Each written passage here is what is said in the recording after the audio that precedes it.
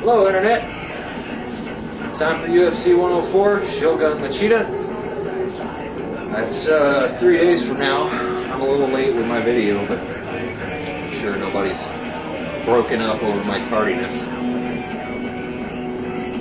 It's not exactly a stacked card, but it's usually those that people have low expectations for that end up being fucking killer. So I'm hoping that'll be the case this time. Right now, okay, buddy. So moving on. First fight of the evening, or the main card rather. Spencer Fisher and Joe Stevenson. Fisher's a pretty big underdog on the betting lines, and I'm going against the grain here, and I'm going to pick Fisher. And I'll tell you why.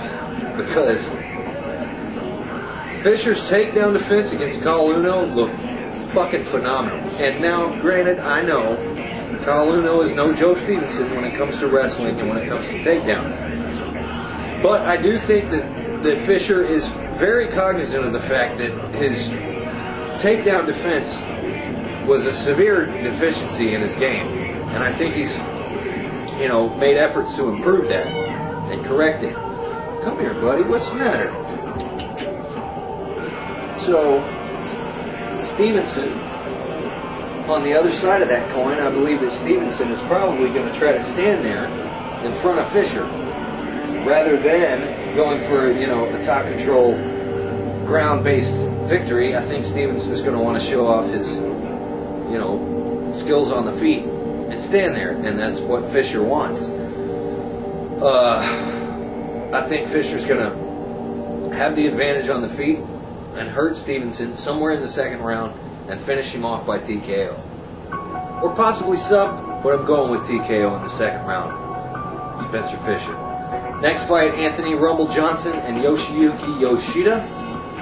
I'm calling this Johnson, as like 90% of everyone else is doing. Because, as we all know, the fight starts on the feet. And Johnson has a marked advantage on the feet. Now, Yoshida, if it goes to the ground, has every chance in the world of pulling out a submission like he did against his last fight, Brandon Wolf, and before that, John Copenhaver.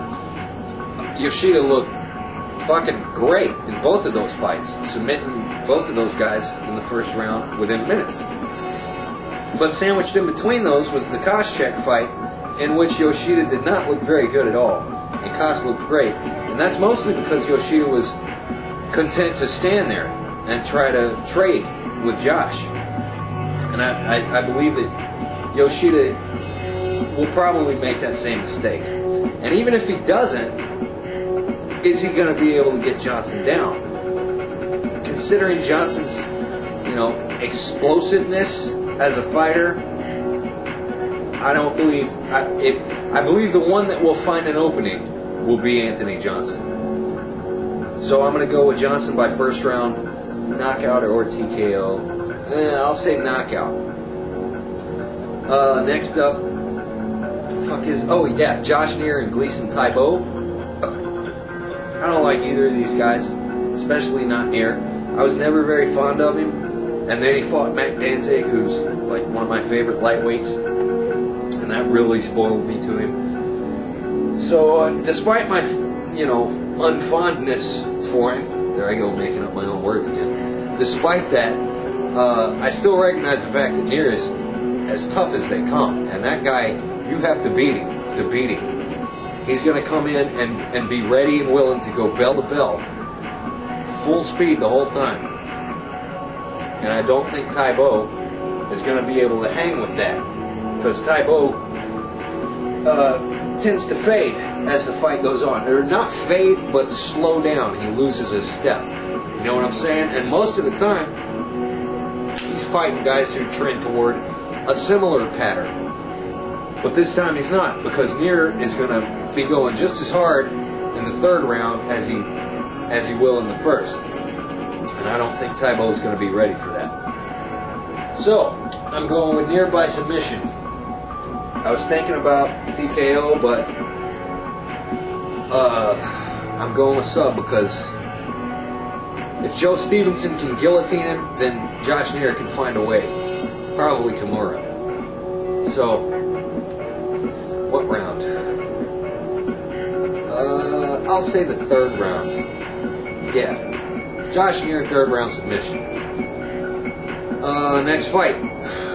Cain Velasquez, Ben Rothwell. I'm calling it to Velasquez because I just don't see how Rothwell can win. I don't see him submitting Cain, and I don't see him knocking him out. And I don't see him winning the decision either. He's not going to knock him out, and I base that on the shots that Velasquez took from Chet Congo. Which, that's not saying that Congo's a better striker or has got more knockout power than Rothwell. But the placement of those punches and the fact that they landed right on the button, and Velasquez not only didn't go out, but came back to win the fight.